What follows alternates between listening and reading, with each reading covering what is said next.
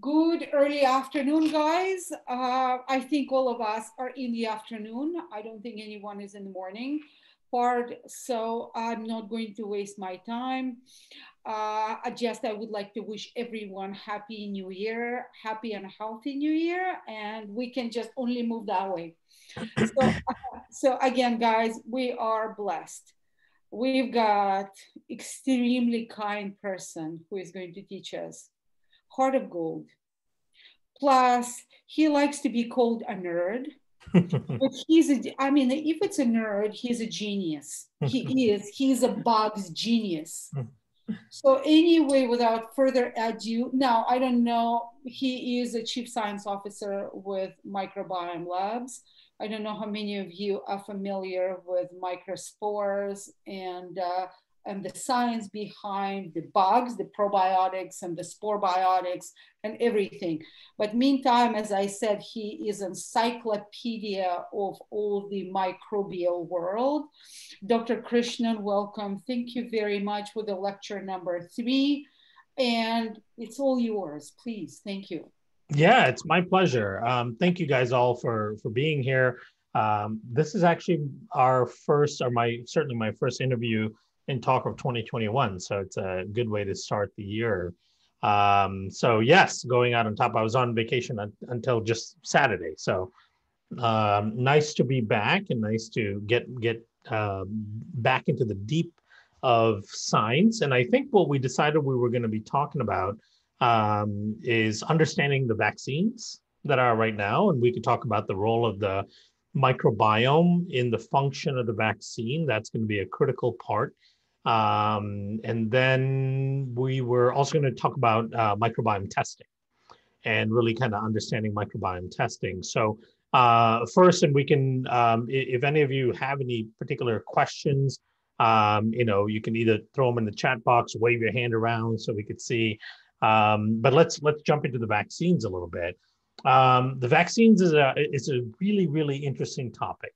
Now, I know in our natural health industry in general, vaccines are frowned upon generally across the landscape.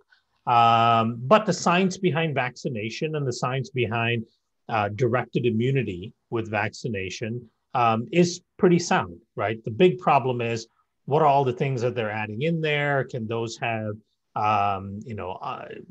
reactions in the body that are less than favorable?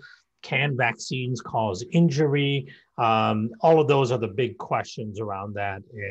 And certainly we know that vaccines, like almost anything else, can cause injury in some people, right? There are people that would eat a peanut and it would kill them. So there's a variety of responses to things that you introduce into your body, and vaccination certainly will and can cause harm in certain people. But we want to talk a little bit about the technology today, whether or not it causes harm in people. The current COVID vaccines, I think it still remains to be seen. There's not enough data yet. There's certainly some data on adverse reactions, but not enough data to say this is overall a harmful thing or this is overall a beneficial thing, right? So it's still kind of leaning in one way or the other at the moment, depending on how you look at the data.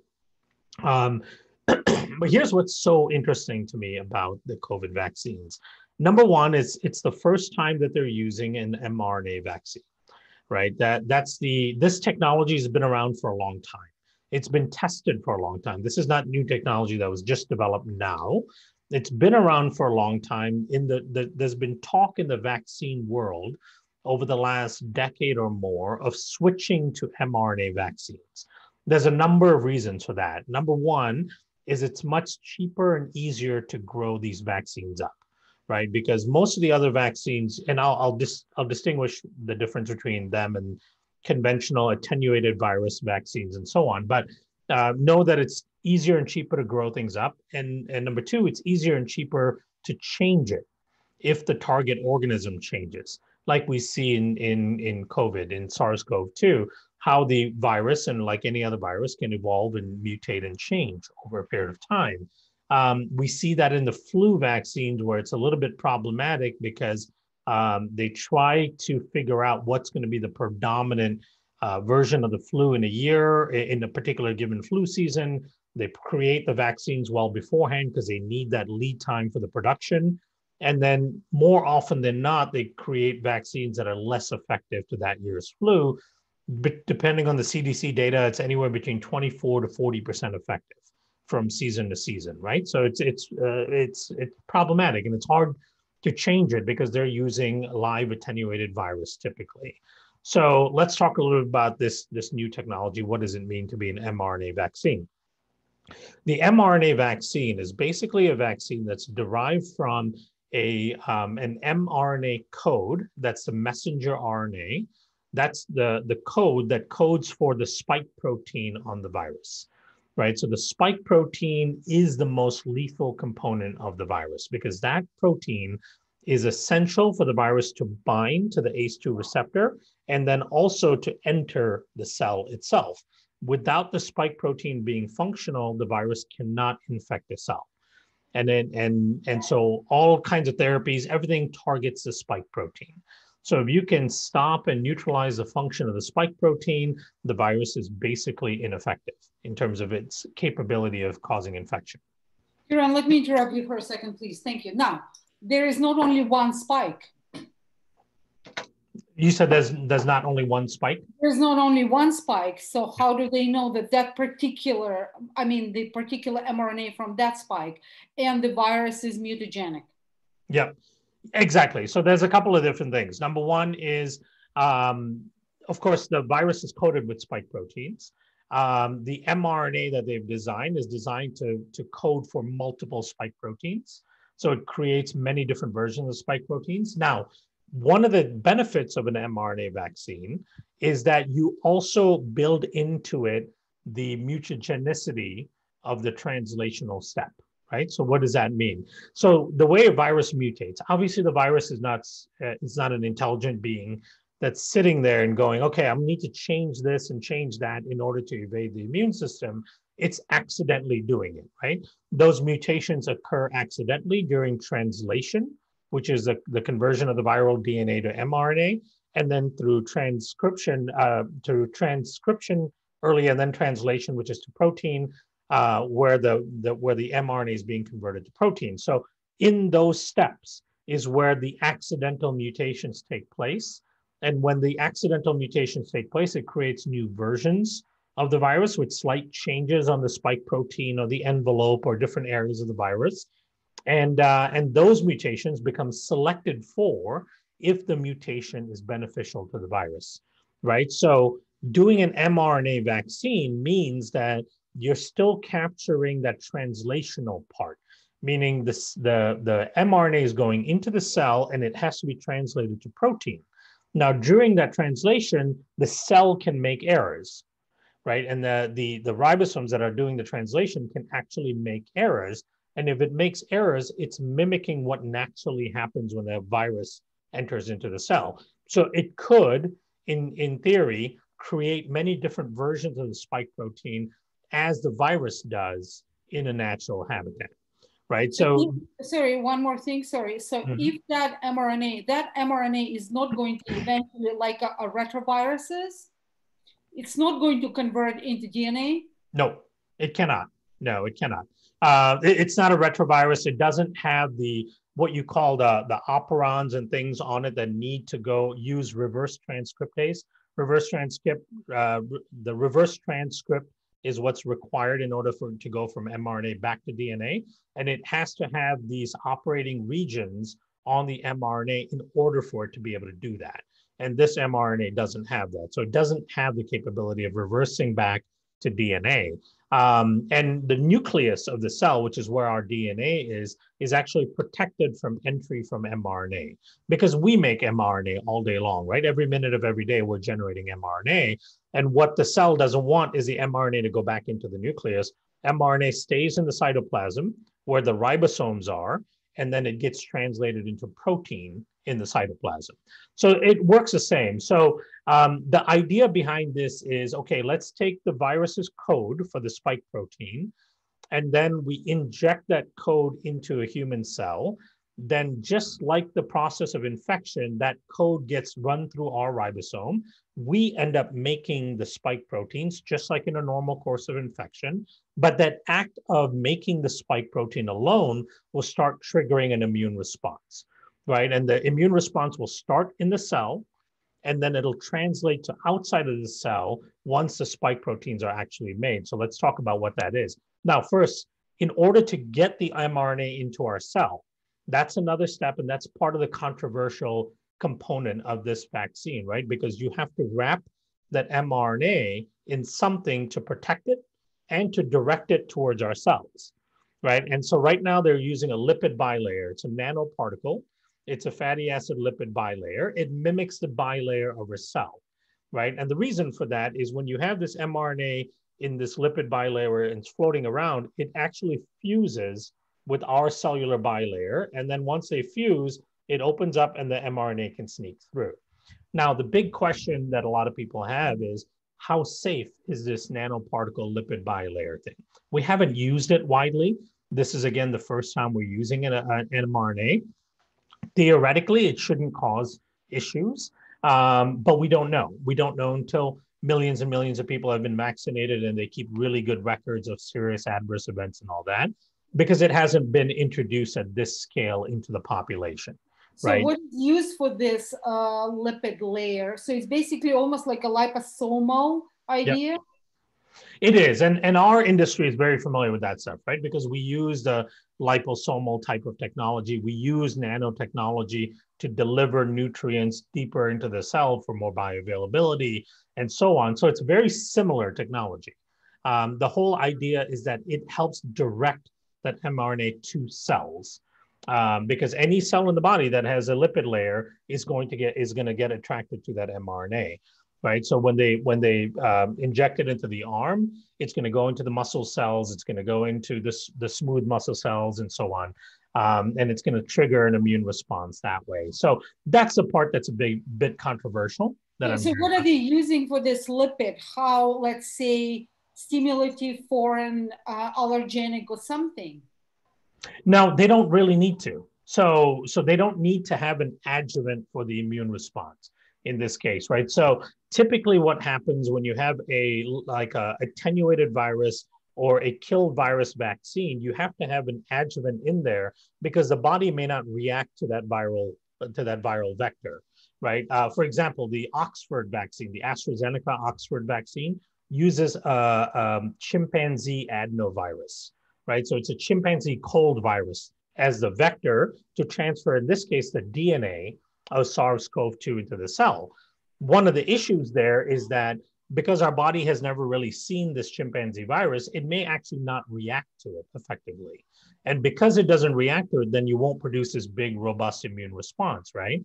And so they add adjuvants in there to irritate the immune system so it causes a reaction.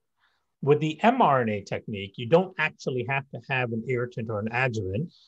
You actually, because these nanoparticles will take it directly to your cell and drop it into the cell. Once it gets into the cell, it will take over the cellular machinery. And the moment your cells start producing spike protein, that's going to trigger the immune response in the cell and then on the outside of the cell too. We'll talk about how that happens, right? So step one is the immune response in the cell. So our cells are all primed to have a sensor when it's been taken over by a virus, right? And one of those sensors is a aberrant protein being produced by a ribosome. So if your ribosome has been taken over and it's producing a viral protein, which is what happens in normal viral infections, then your cell gets triggered and it starts turning on things like interferons. The whole purpose of the interferon is to actually start neutralizing the virus that's inside the cell itself. Now, the interferons also trigger a release of cytokines on the outside of the cell to kind of send out flares to alert the other cells in the area, and in particular, the microbiome in that area, that this cell is infected, right? So you get all of those stimuli from this kind of technology. Now, the second phase of the immune response there is once these spike proteins are produced inside the cell, they automatically get pushed to the outer surface of the cell and they get expressed on two main receptors. One is called the MHC2 receptor, the major histocompatibility component, and then MHC1 receptor. Now, both of those, one of them, the MHC2, is found on immune cells. MHC1 receptors are found on all cells in the body that have a nucleus. So it's not found on your red blood cells, but it's found on every other cell in the body, right? So this is a way that your body, anytime there's something strange inside the cell that's not a normal component of your cell, it expresses this on the major histocompatibility receptors in order to alert the immune system that, hey, there's something here you need to pay attention to, right? So that's why the name, MHC, major histocompatibility, because it's trying to continuously create a crosstalk with the immune system to show it friend or foe proteins, right? So that's a key component. So now you've got a cell, you've got the vector that's come in, which is the lipid bilayer with the mRNA piece in it. It's fused to the cell, the mRNA goes in, it engages with the ribosome. Then right there, it starts an immune response already. So you'll start getting cytokines, you'll start getting dendritic cells, macrophages, you'll start getting natural killer cells, all of these things migrating to that area.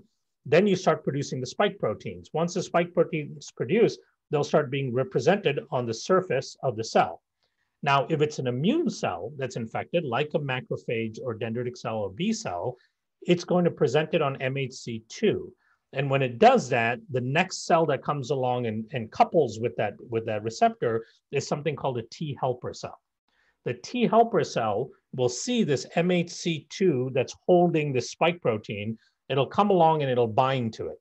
Once it binds to it, then this T helper cell becomes activated because the T helper cell has another receptor called a CD4 receptor that gets triggered by recognizing your own cell and then recognizing that your cell has a foreign protein to it, right?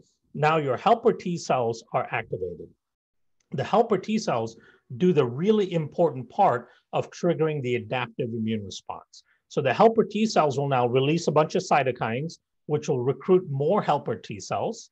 It'll also recruit some cytotoxic T cells. We'll talk about what they do. But then more than then what they end up doing is they'll actually migrate to your lymph nodes. And then in the lymph nodes, they will engage with B cells, right? And B cells will then bind to these helper T cells. The helper T cells will show the B cell what the protein looks like. Then the B cells will turn into plasma cells that make antibodies against that protein. Now those B cells come back out into circulation and blast antibodies everywhere, right? So now you've got an antibody response to the spike protein on the SARS-CoV-2 virus. So now should you see the virus in actuality, then you've got all these antibodies circulating around your system that should be able to go and bind up the spike protein so it cannot actually infect your cells. So you may actually completely negate infection. Now, you may still be able to get infected depending on the viral load that you get exposed to, but you may be able to slow down the progression or attenuate the progression of the disease, right? There's infection and then there's a disease. The disease is called COVID-19. The infection is when the SARS-CoV-2 virus starts entering your cells. That's the infection part. The disease manifests itself as COVID-19, which is symptomatic disease with very specific characteristics, right? So we don't really know yet what the result of the vaccinations are. Is it going to completely prevent infection? Or is it going to allow some certain degree of infection, but really attenuate the disease component of it, right? That's the part that's not really sure yet. The studies indicate that it should dramatically reduce infection and reduce the course of disease by over 94%. But those are just studies on a few thousand people. We don't know until you go out into the large population what actually happens. Now, so that's what happens when the helper T cells are activated. Now, on your regular cells that are not immune cells, when they get infected, they present the spike protein on the MHC1 complex, which the thing that ends up binding the protein on the MHC1 complex is something called the cytotoxic T cell. The cytotoxic T cell comes along and goes, hey, this cell is presenting a foreign protein on its major histocompatibility receptor. The cell is telling me that it's infected and I should destroy the cell. then the cytotoxic T cell comes along and releases a bunch of chemicals that actually kills that cell, right? Because if that was a real infection, that cell would be a virus machine, a factory So at that basically, point. it promotes apoptotic mechanism. It does. It even uses very harsh chemicals. It uses things like the complement system and all that, and it can physically destroy the cell itself. So that's part of what you feel when you're feeling down, when you're getting infected. The cytotoxic T cells are killing cells. Same thing when you get tenderness at the site of injection. You're getting a massive inflammatory cytotoxic T cell type of response there, and it's going to feel tender because that tissue is hurt and that tissue is damaged. So those are the main things that occur, and that's the difference between mRNA vaccine and a typical vaccine. So a typical vaccine is you either take the full virus, in this case, you would take the SARS-CoV-2 virus, you would attenuate it in some way, meaning you genetically manipulate it so that certain components of its infection that it needs for infection are removed. And then you would expose the individual to that with the hope that your immune system will create a response to some component of the virus. Now, this is not that effective in a corona-like virus because the key here is the spike protein, right? So you want to create an immune response against the spike protein. So if you try to attenuate a coronavirus by either snipping or clipping the spike proteins, then the virus doesn't really have an infective capability, but you're also not creating an immune response to the correct structure, right? So when you see the virus in real life, it's going to look different than what the vaccine presented. Yeah, go ahead. So sorry. So let me ask you a question. So you said that per se this virus doesn't dramatically mutate. So there's basically like no immunogenic shift and drift speaking. And then the second question is, so what about people with that predisposal to cytokine storm? So they're that vulnerable population. Yeah, so that's where there's a problem, right? So there's a couple lines of thought on that. So one, there is some genetic shift in the virus. It's not as much as other coronaviruses, right? So now they've documented, if I'm not mistaken, somewhere around 40 different versions of the virus that have been documented. The shifts are tiny. They're relatively small. Now you're hearing the two big shifts that you hear, the UK version of the virus, and there's a South African version of the virus. Those have enough changes on the spike protein where they make them quite a bit different. The big question is, do the vaccines right now still protect against those versions? That is not known yet. In all likelihood, it will still help, but that's not known yet, right? So that's still something to keep in mind. By the same token, if you've been exposed to the original SARS-CoV-2, is your immunity going to be beneficial against new UK versions? That's also not really known yet, right? So that we'll have to see over time. And then what was the second part of the question, Sweta? You said? So the thing is the vulnerable. So the vulnerables, yes. So how do they, because their immune system is not right. Yeah, so this is the difficult part of it, right? So there is going to be a certain portion of the population that is more vulnerable to an adverse response to the vaccine. But here's one way of thinking about it. If you have a vulnerability to have a serious adverse response to the vaccine, you likely have a vulnerability to have a serious adverse response to the virus itself, right? So it's not one or the other necessarily. So then the question becomes, okay, is it too risky to vaccinate those kinds of people? Because we may be dealing with serious adverse events. You may be dealing with things like Bell's palsy. There's some reported cases of neuroinflammation, temporary Bell's palsy. Those kind of things can be really jarring and can be really disturbing. But the big question is, will they also get those same responses if they got infected by the virus, right? And is it realistic to think that you'll go for the rest of your life without ever encountering this virus? So that's the part that's really difficult to say. It doesn't seem like there's anything egregious in the vaccine that would cause those responses. Like other vaccines, there are other vaccines where they put things like, remember, they used to put things like thimerosal and mercury and all kinds of really egregious things in vaccines. The whole idea in some of those was some of them were preservatives, some of them were ways of actually triggering an immune response, but they had really bad side effects for a lot of people. So with the immune people who are in this strange immune state, it's a bit of a toss-up because, if they ever encountered the virus in real life, they could still have, and maybe even more massive of a response, right? It could compromise, it could create bilateral pneumonia, all kinds of things that the vaccine wouldn't necessarily create. But still, they have a propensity for cytokine storm, which means that the virus can probably create a much worse situation for them than would a vaccine, right? So that's still up in the air. If I was one of those people, potentially, it would be a hard decision for me, because I would be very nervous about getting the infection, the actual viral infection. But part of me would also want to be able to get on with life at some point, right? And so then the question is, what's a better way to risk it? Is it under a little bit more of a controlled setting with the vaccine, or is it less of a control setting with an actual infection?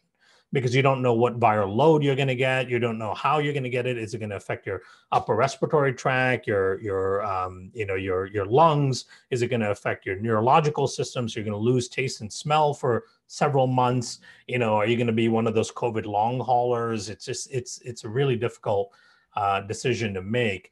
But I think that's one of the things that people really have to talk to their doctor about quite extensively. Is this vaccine, in my view, going to be kind of the be all end all and this ends COVID? I don't think so. I think it'll really reduce the reproducibility rate of the virus, which is the key here, right? The reproducibility rate of the virus is quite high right now. And if we can bring that back down to a certain degree, then the number of people that end up getting infected in a given time comes down quite dramatically.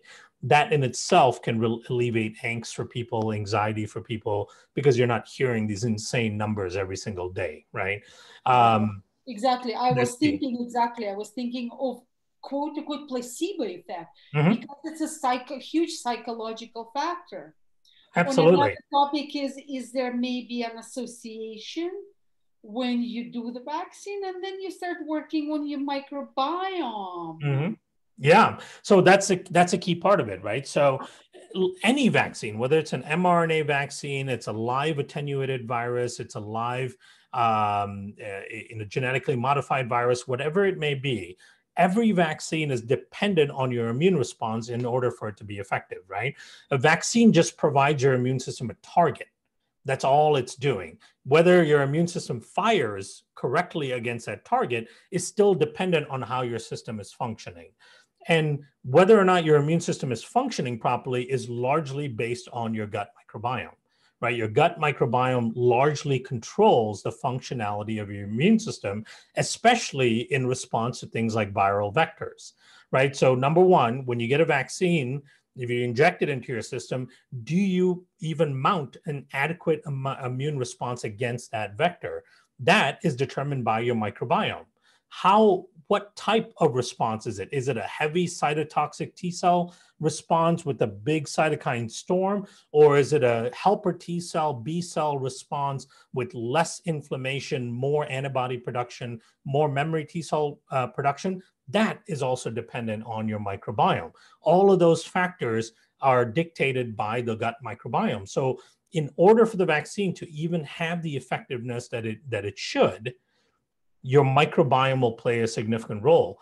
Your potentially your risk in terms of adverse response to the vaccine will be influenced by your microbiome as well.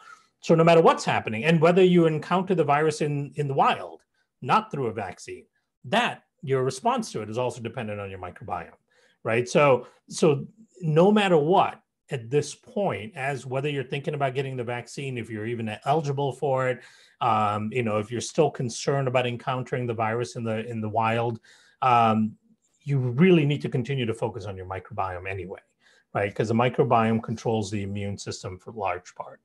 So that's a really important message that people need to get. People conflate the two. They think that somehow the vaccine in itself conveys immunity, but it doesn't. The vaccine purely provides a target to the immune system. It's still completely dependent on the immune system's ability to see, recognize that target, and mount the correct response. If it mounts the wrong response, then that vaccine is going to cause you to have all of these side effects and illness and not feel well, and then not even provide protection beyond that, right? So the gut microbiome is still a key factor in whether or not, on how your body responds to the vaccine. That's awesome. I think there is one question in the chat if you want to address it now with the Yeah, let's see. Autoimmune disease, and noted that people are immune disease. Yep, trials. Yeah. Okay. So autoimmune diseases are quite complex. They're more often than not multifactorial. One of the things that is a hallmark of an autoimmune disease is a messed up gut microbiome and a leaky gut. So typically, leaky gut is a major, what we call environmental trigger for the onset of an autoimmune disease, right? So if you have a immune system that's working in a dysfunctional manner, then the question is, will the immune system actually respond correctly to the presence of the vaccine, right? So that is the big issue. Now, in part, it also depends on what your autoimmune condition is, right? So any specifics on what the autoimmune condition is? If you want to either type it in, if you're comfortable. If not, you don't have to. Because that, like, for example, systemic lupus. Systemic lupus is more problematic in my mind because systemic lupus actually starts in the mesenteric lymph nodes. It's actually pathogens that have escaped the gut lining who actually enter into the mesenteric lymph nodes, and they trigger immune responses in the mesenteric lymph nodes, which starts the ball rolling on a lupus-like autoimmune condition. So Lyme disease is problematic. Lyme disease is not an autoimmune condition. Has Lyme disease triggered an autoimmune condition, or is it just the Lyme itself? Oh, and then Hashimotos. Okay. So it's a Lyme disease with sequelae. Yeah. Okay. So something like Hashimoto's, in my view, and again, don't take this as medical advice. This is something you'd still talk to your doctor about. Something like Hashimoto's, to me, is less of a problem from an autoimmune perspective with something like a vaccine, because the condition is highly specific. It's very specific plasma cells that have created a cross-reactivity with thyroid, right? It's a very single lane kind of autoimmune response. It's problematic in many ways, but it's less of an issue than something like lupus, which is more systemic, which can create these huge systemic response. It's less of an issue than something like psoriasis throughout your body. Or multiple joint, rheumatoid arthritis. These things are far more systemic, which can be more problematic in terms of an adverse response to something like a vaccine versus something like Hashimoto's, which is highly specific to one organ system. You've got one aberrant B cell producing antibodies against your own tissue that are pretty thyroid specific. So I would say that's a little bit less of an issue versus something that's a lot more of a systemic illness. But again, hopefully you are focusing on your gut microbiome. You're focusing on modulating immune response already. You're doing all of those things. You're working on leaky gut. You're working on altering diet. All of those kinds of things that you're doing right now that helps with the Hashimoto's will also help with the appropriate response to the vaccine. Now, the Lyme creates a problem. If you still have active Lyme disease, or you've had Lyme disease, and then now this is a downstream effect of the treatment and all of that have been going on with the Lyme, I would say if you have active Lyme disease and you're being actively treated with it, it may not be the best time to get a new vaccine.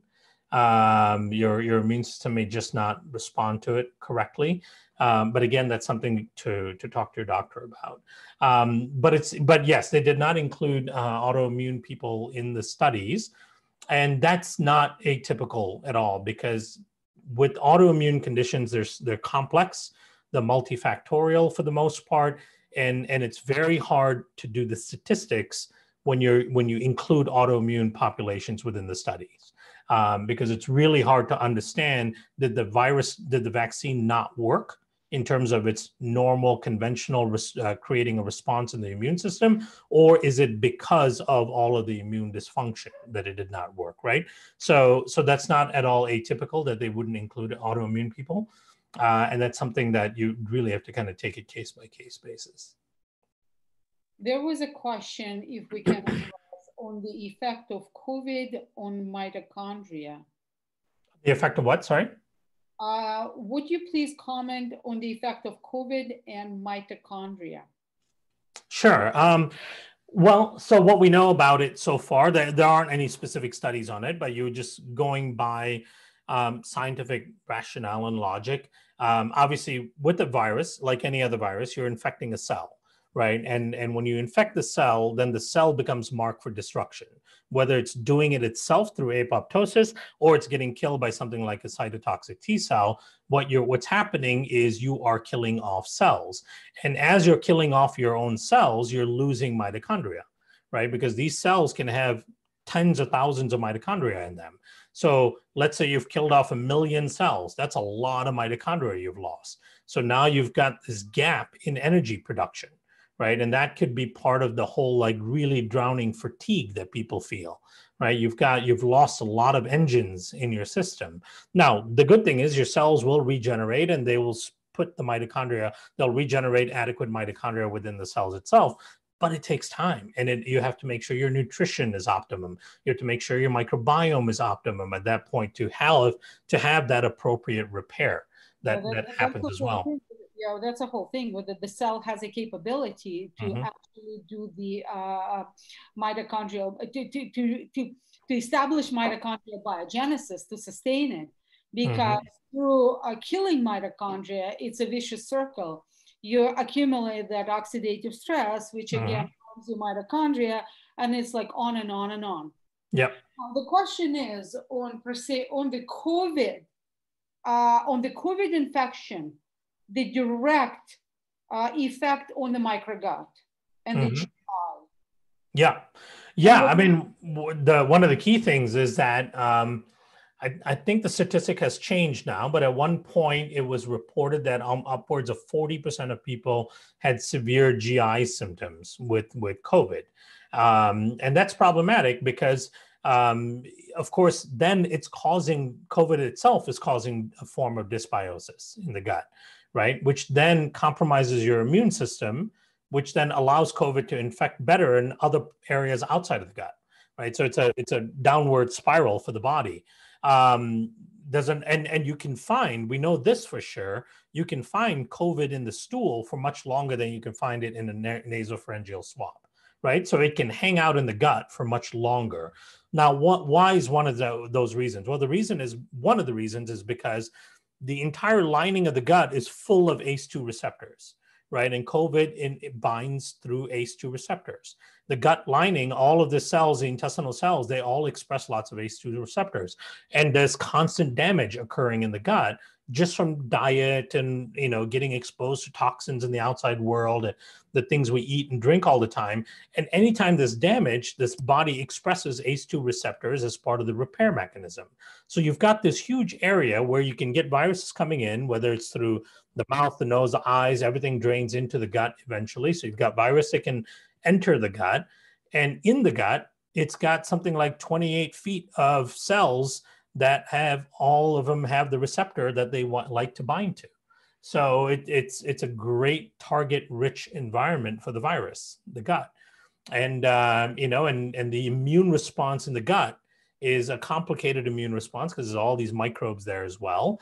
But you will, people do suffer from long-term GI issues with COVID. I actually have a friend right now who just told me that both her parents got tested positive for COVID.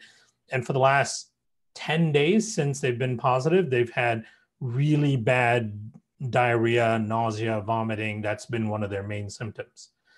So it does mess up your gut, and that of course compromises your immune response as well. Yeah, that comes. Thank you very much. So should we move on to testing? Yeah, let's talk about that. Why is it becoming the thing? And now we're testing for genes and epigenome. So let's elaborate on this, please.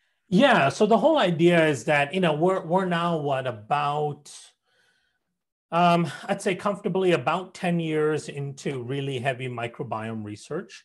The last 5 years have been some of the highest amount of publications ever on almost any topic. In the last 5 years, we've had over 50,000 published studies on the microbiome, right? So it's a massive amount of information and data out there. There are huge consortium studies like the American Gut Project, the Human Microbiome Project, there's a European Gut Project, there's an Asian Gut Project. So there's all these huge scale studies on what does a typical microbiome look like, what are the characteristics of a healthy microbiome, what are the typical dysfunctions in a diseased microbiome, and so on. So there's lots and lots and lots of data coming out. Then the big question is, can we somehow test your microbiome to get an understanding of what may be wrong with your microbiome? What's the issue within your microbiome? And because the microbiome is so complex, right? You've got hundreds of different species in there. You could have one thing high and one thing low, and that's perfectly normal for you. But in another person with that same disproportion, it could cause disease, right? And so there's a lot of complexity to the microbiome. So then the big question is, can we test the microbiome? Can we look at the population within the microbiome and use that data to predict function within the microbiome, or even use that data to find healing opportunities, right? Can we look at your microbiome and go, oh, you have too much of this bacteria and not enough of that bacteria, and let's do something unique in there to kind of tinker with your microbiome to improve your health outcomes. In general, the way most testing companies are doing it, they're not providing any sort of useful or accurate information.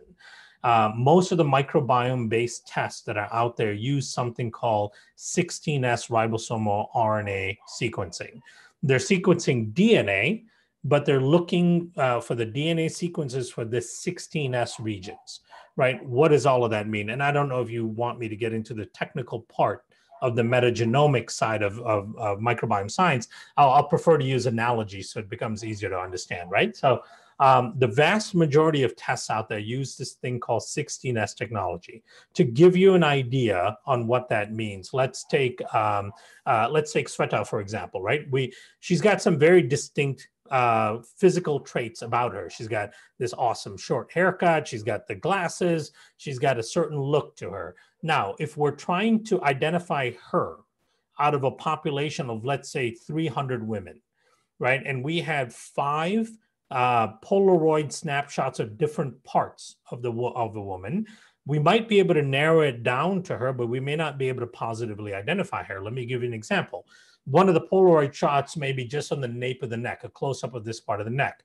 One may be the tip of the nose, one may be the back of the head, one may be the elbow, and so on. Now, you'll be able to narrow it down. You might be able to say, well, that's a Caucasian woman because the skin is lighter, right? You might be able to say, okay, from the back of the hair thing, it's a blonde, or it's a brunette, it's a redhead. So you can narrow it down and narrow it down, but you cannot positively identify her from those 5-6 pictures.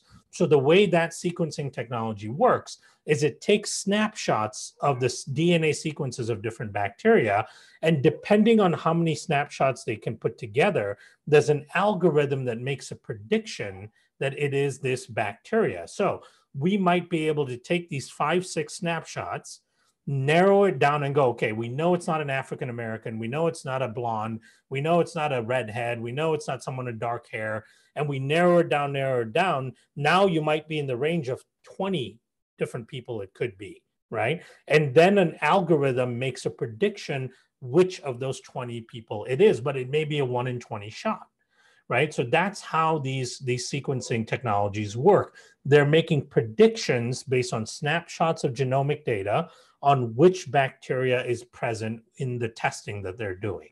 Now, that is problematic because the error rate of calling which bacteria they're seeing in the sequence may be as high as 50, 60%, right? So you're not getting good, accurate data. And the only way to really understand microbiome function based on looking at the population of bacteria is to be very accurate in your prediction, in your identification of the species, and in some cases, the subspecies of bacteria that you're looking at, right? Because there's a couple of ways that you look at this. When you look at the population of bacteria in a microbiome, let's assume you've got a very accurate read on what microbes are there. What you need to know, which is critical, is what is their relative abundance to one another, right? That relative abundance is critical in denoting function within the microbiome. One great example of that is pathogens. The vast majority of microbiome testing focuses on pathogens more than anything else. But pathogens are not necessarily a problem in the vast majority of people's microbiome because pathogens make up a very small portion of the total microbiome. The rest of it are all your commensal bacteria that tend to control the pathogens. The only way you would know if a pathogen is a problem is if its relative abundance to the rest of the population is too high, right? So that's an important part. An analogy I use for that is if you're a city manager or town manager and somebody tells you, hey, we have 5 police officers in this town, is that enough? Right? You would never be able to answer that question unless you knew what the rest of the population looked like, right? If the population had 1,000 people in the town, 5 is plenty, right? If it was 100,000 people in that town, 5 is not anywhere close to being enough, right? So that relative abundance is really important. And that's important for all functional bacteria within the microbiome. Another example of that is sulfate-reducing bacteria, right? So you've got bacteria in your gut that will take sulfates from foods, and there's lots of really healthy foods that are rich in sulfate. Take seafood, for example, lots of vegetables, mushrooms. These things tend to be high in sulfates, right? These are all healthy, perfectly good foods. And you have bacteria that will take those sulfates and convert them to hydrogen sulfide. And the problem with that is hydrogen sulfide can be very inflammatory to the large bowel. In fact, it's associated with the risk for IBD, for inflammatory bowel disease, both Crohn's and colitis, and to a certain degree, colorectal cancer as well. Now, seeing that you have sulfate-reducing bacteria doesn't necessarily mean you have a problem. What you have to know is what is the relative abundance of those sulfate-reducing bacteria to other bacteria that compete against it, like methanogens or butyrate-producing bacteria, and so on, right? So it's all about having a really accurate picture on the population of microbes, the relative abundance to one another, and then what functional groups they tend to fit into, meaning what kind of functions do they provide within the microbiome itself. So in order to have that level of detail on your microbiome, you have to do a different type of sequencing. It's called shotgun whole genome sequencing, right? Which means you're no longer taking snapshots of the bacterial DNA. You're actually sequencing the complete genome from end to end, right? So the analogy I gave you with trying to identify a particular person with taking different snapshots of parts of their body, the analogy here would be a full HD picture of the front of them, right? So there's no mistaking who it is. So with the whole genome sequencing, you're at 99% accuracy in identifying the microbe. And because you can identify the microbes so cleanly, you can actually also identify their relative abundance to other microbes within the population. So you get a very clear mapping of the microbiome. And when you have a very clear mapping of the microbiome, then you can use computer programs to really predict functionality within the microbiome. You have, way more saccharolytic bacteria than you have proteolytic bacteria. That means you're going to convert more of your carbohydrates into things like short chain fatty acids like butyrate, propionate acetate, versus people with very high proteolytic, meaning they're going to eat protein. They're going to convert some of that to short chain fatty acids, but a lot of it's going to become things like ammonia and P-cresol and all these things that can be very inflammatory. So microbiome testing and mapping can be very effective. It's not a be-all, end-all. It's still, there's still a bunch of gray area. It's not a diagnostic. It shouldn't necessarily be used to kind of diagnose a condition. Microbiome testing has not gotten to that level yet. But as part of an assessment of an individual, if you look at immunological factors, if you look at diet, history, all of those things, it can give you some really good clues as to what you may want to work on from the nutrition and diet and lifestyle perspective, right? Because all of these things that you test should be things that you should be able to take action on. So keep in mind, microbiome testing should focus on two things. One is it should be whole genome sequencing, right? If it's 16S, it's not going to give you any accurate data. And it should be focused on microbiome functions rather than just the presence of absence of certain species, right? Because everyone's got a different microbiome, but we all have very similar function with different microbiomes, right? Because there's so many functional redundancies within the microbiome, you have lots of different species that can do similar things. So even though our species may look quite different, our functionality tends to stay pretty uniform. And focusing on the functionality is the key, not just which individual bacteria are there. So that's a really important part. So you mean testing for ova and parasites is not good enough anymore? Just kidding. But sorry. But this is amazing because it actually creates that multimodality of approach, because through that whole genome and microbiome function testing, you can identify the foods that you can concentrate on. Then you can actually adjust your microbiome so you can tweak, certain species. Yep.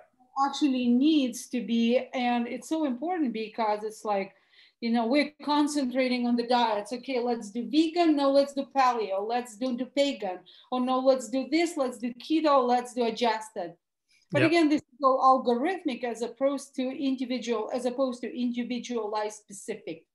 For absolutely true. For example, if you have elevated bilophila, right, which we're finding so many people have elevated bilophila, which is a microbe that nobody really is looking at. Nobody really knows what it is in the functional medicine world, right? But we started focusing on it because Bilophila wadsworthia, that's the name of the microbe, of the bacteria, does really well when you're releasing a lot of bile. And when do you release a lot of bile? If you go full paleo, if you go full keto, you're releasing a lot of bile, right? So if you've had gut issues, and one of those issues is an overgrowth of bilophila, and in order to try to help your gut issues, you go, I'm going to go full carnivore or keto or something for a while. It's actually going to make the issues much worse, because not only is bilophila, a problem, it's an opportunistic pathogen. It's also one of the biggest drivers of risk for colorectal cancer and inflammatory bowel disease, right? So you might be thinking in your head, I'm just going to go keto for a while because it might help me lose weight and that might mean I'm healthier. Nope, you're actually dramatically increasing your risk for large bowel problems down the road. Bilophila is also significantly associated with heart disease because it drives leaky gut. Right. And you wouldn't know that unless you did a test like this. Or you might be thinking, I'm going to go on a high protein diet, right? Because there's all these things of high protein diets being so healthy for you, or carnivore diet, which is a lot of protein. But if your proteolytic bacteria are high and your ammonia producing bacteria are high, you're going to convert so much of that protein to ammonia and to things like P-cresol, which actually creates significant toxicity in the bowel, which has long-term significant issues, right? And you wouldn't know these things unless you tested it.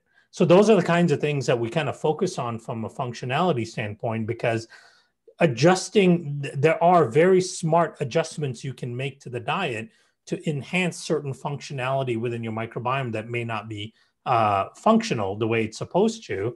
But just these general, fad or healthy diets that people have in mind is not really uniformly beneficial for everybody, right? You have to have a little bit more insight on what's going on in your gut. This is incredible. We are approaching the end of the lecture. I don't know, guys. That was just mind-boggling, right? Now the question is, before I forget, polyethylene glycol in the COVID vaccine, and why? And I have no idea. So, genius to the rescue. Yeah, so polyethylene glycol is very easy to work with. It is low cost, and it is really easy to control to create these nanoparticles. It's not ideal, right? Propylene glycol would be better. And then there are other ways of creating the nanoparticles, the bilayer particles that are needed to carry the mRNA safely through the body and then into the cell. So it's an unfortunate thing, but a single exposure to a small amount of polyethylene glycol should not cause big issues, right? That's the key here. I wouldn't eat a food that has polyethylene glycol that I would eat every day or frequently, but a single exposure to it shouldn't be a big issue for people. It's not ideal by any means, but it shouldn't also be the thing that creates this massive problem for people from a toxicity standpoint. Of course, people can have allergic reactions to it, but that's less likely because it's a lipid. Remember, most allergic reactions are to proteins, not lipids. But people are sensitive to things, right? And it can create an adverse reaction in some people. But I don't think that's the thing that you go, wait a minute, that thing is awful. If you're the right candidate for the vaccine, and not everybody is, me, myself, I'm relatively healthy, relatively young. I'm not in a high risk category. If I was 75 years old and I had some metabolic issues, I would be looking towards the vaccine to provide some added protection. But right now, and it's not even being offered to most of us here, but right now, I wouldn't look to do it. But that's not the reason I wouldn't look to do it. I hope that makes sense. It totally does. Plus, that guy is on an intermittent fasting. So, so anyway, guys, we're 1 minute away from the end. Any last questions? And okay, awesome. It seems like everybody is absolutely in awe. So, Dr. Krishan. Michelle had one quick question. The shotgun test. Yeah, so we launched one in January of last year called Biome FX, Biome FX. It's the only whole genome shotgun sequencing with a specific focus on functional groups within the microbiome. And the key to it, one of the things that bothered me about most tests out there is most of what they show you is not actionable, right? They don't tell you what you can do about it. For example, you'll get this test back and it says Prevotella is high. It's got 3 pluses or something. What do you do about it? Right? Do you just keep inundating yourself with antimicrobials, antibiotics to try to get it down? Is it actually high? They're not looking at relative abundance because they're giving you the units in CFUs per gram, right? Colony forming units per gram. That's meaningless in the case of the microbiome because everything in the microbiome should be presented as a % of relative abundance to the rest of the population. Right. So it's not actionable at all. So what we want to do is everything that we test in the 20-something pages of tests of results is actionable. Everything has a diet response you can do to it, a lifestyle response, and a supplement response. Right. So you can then figure out, do I want to do all of these things? Do I want to do portions of it? Am I already doing some of it? So everything is actionable because if you give people data that's not actionable, it causes more angst than anything else. Right. You go, oh my God, something's wrong and there's nothing I can do about it. That's worse because the stress and the angst that causes is going to cause more health issues. So we were very purposeful in focusing on actionability. You're bringing it to Canada? Yes, it is approved in Canada. It is. Yep, we just got approved in December by Health Canada. It's a medical device in Canada, but any health practitioner can order and use it. And I would say probably by February, it should be readily available in Canada. So we're very excited about that. This is awesome. And we did that for you, Sveto, specifically. I was asking, listen. You were asking a lot, so we're like, we got to get it in Canada. So listen, guys, I'm not going to take advantage of Dr. Krishan's time. I know I can only book him for an hour.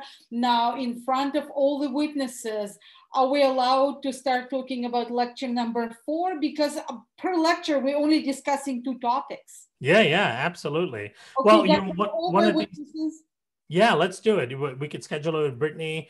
I think we wanted to talk about the microbiome mitochondria axis. That's right. Next time. Yeah, let's do that. Incredible, guys. I cannot thank you enough. Kiran and everybody, thank you. It's my pleasure. So much. And guys, happy and healthy New Year. And I will see you soon. Thank you, Kiran, again. Thank you. It's my pleasure. Thank you, guys. Bye-bye.